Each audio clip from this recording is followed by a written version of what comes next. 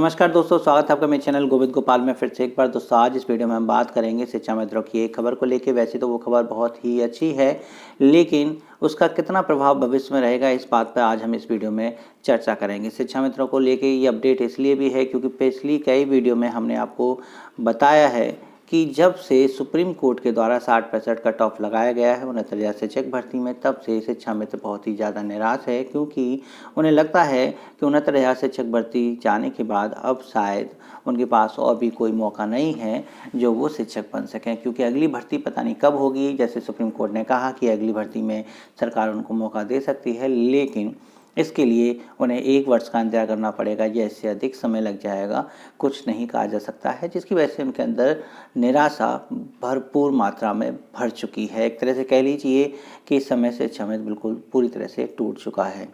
इसलिए शिक्षा मित्रों ने फिर अब कोर्ट का दरवाज़ा ना खटखटा के फिर से सरकार से गुजारिश की, न्याय की गुहार लगाई, जिसके लिए संगठन अलग अलग तरीके से राज्य के माननीय मुख्यमंत्री से मिलने के लिए प्रयास करने लगे।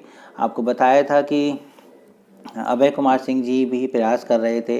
उन्होंने कहा था कि हम 10-10 लोगों का एक समूह बनाएंगे, हर जिले से हमें 10-10 ऐसे सक्रिय शिक्षा मित्र चाहिए जो माननीय मुख्यमंत्री से मुलाकात करते समय अब तक शिक्षा मित्रों के द्वारा जो भी गलती हुई हैं उसको माफ़ करके जल्द ही शिक्षा मित्रों के कल्याण के लिए जो भी जैसा भी उस हाई पावर कमेटी में है उसको सामने लाएं, उजागर करें और शिक्षा मित्रों को अपना आशीर्वाद दें।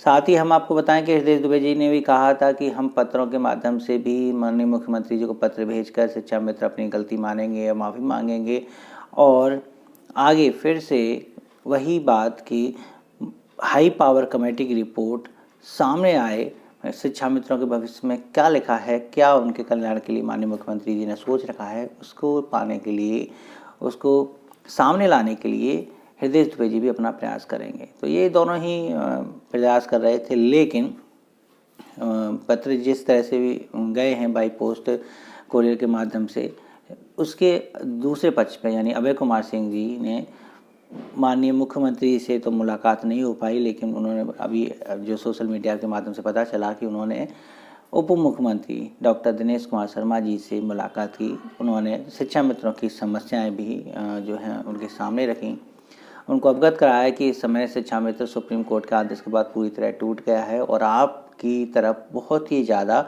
आशा भरी निगाहों से देख रहा है कि आपके द्वारा गठित टीम कमेटी की रिपोर्ट कब प्रकाशित होगी, कब सामने आएगी। इसके लिए अभय कुमार सिंह जी ने डिप्टी सीएम जी से मुलाकात की, लेकिन इस खबर में जो तालमेल वाली बात है वो यही कि कुछ ऐसा नया नहीं आया।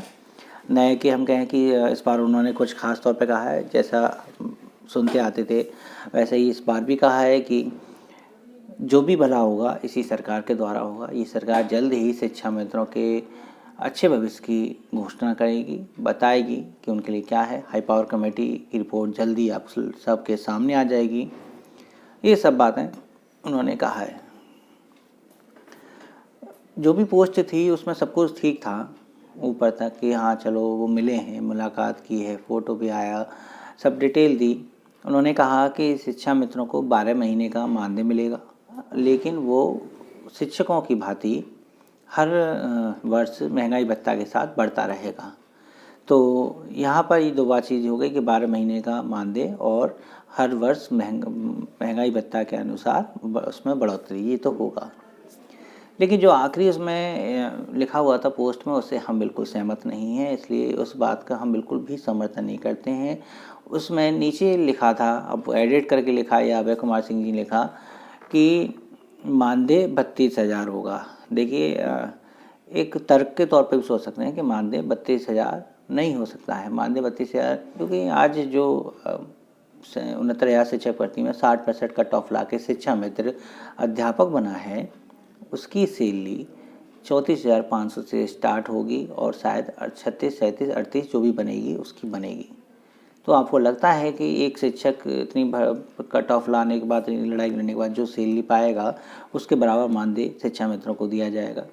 आपको शायद ये बातें कुछ अजीब लगें, तर्क मतलब आपको विरोधाभासी भी लगे, लेकिन तार्किक बुद्धि से अगर हम सोचेंगे तो ऐसा ना तो कहीं हुआ है, ना किसी राज्य में, ना ही ऐसा हो सकता है। शायद मुश्किल ही है कि मानदेय और वेतन दोनों बराबर हों। थोड़ा बहुत तो अंतर सरकार रखेगी। हाँ, मानदेय उम्मीद है, जैसे हमने पहले सुनते आ रहे थे कि 24,000 समथिंग हो सकता है, तो ये संभव है, 24,000 के आसपास मानदेय हो सकता है। लेकिन बात तो ये है कि पहले सरकार की तरफ से कुछ स्पष्ट जो है सामने आए। कुछ भी तो अभी सरकार ने नहीं कहा है। जब तक उधर से कुछ नहीं आ सकता, कोई भी इस बात को नहीं कह सकता है कि शिक्षा मित्रों के लिए ये सुनिश्चित किया गया है।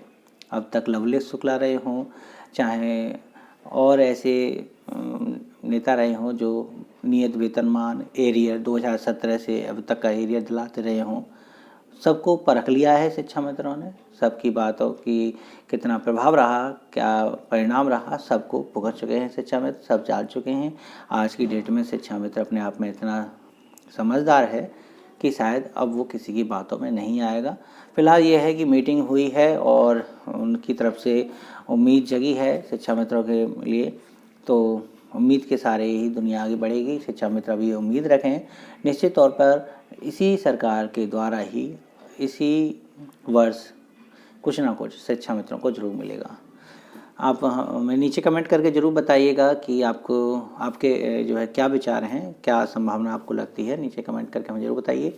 अब हम बात करें एमएलसी चुनाव के बारे में, तो एमएलसी चुनाव 1 दिसंबर को होने जा रहा है और 3 दिसंबर को इसका परिणाम सामने आ जाएगा। एमएलसी चुनाव के लिए आगरा खंड स्नातक क्षेत्र से दिनेश कुमार शर्मा जी प्रत्याशी हैं। शिक्षा मित्रों से भारी उम्मीद लगाए हुए हैं कि उन्हें भारी बहुमत से जीत दिलाकर वो उनकी लड़ाई सड़क से सदन तक ले जाएंगे। आगरा खंड स्नातक क्षेत्र में लगभग 12 ज़िले आते हैं।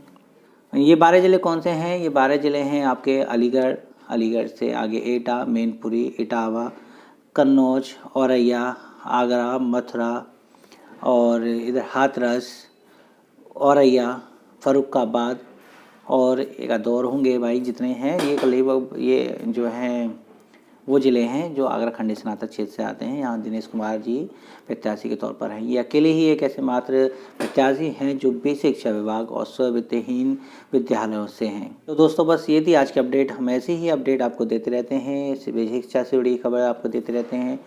बस आप हमारे चैनल से जुड़े रहिए, चैनल को सब्सक्राइब करिए, बेल आइकन को दबाइए, वीडियो को लाइक एंड शेयर करना नहीं भूलिएगा। हम आपसे फिर मिलेंगे नेक्स्ट वीडियो में, तब तक के लिए नमस्कार।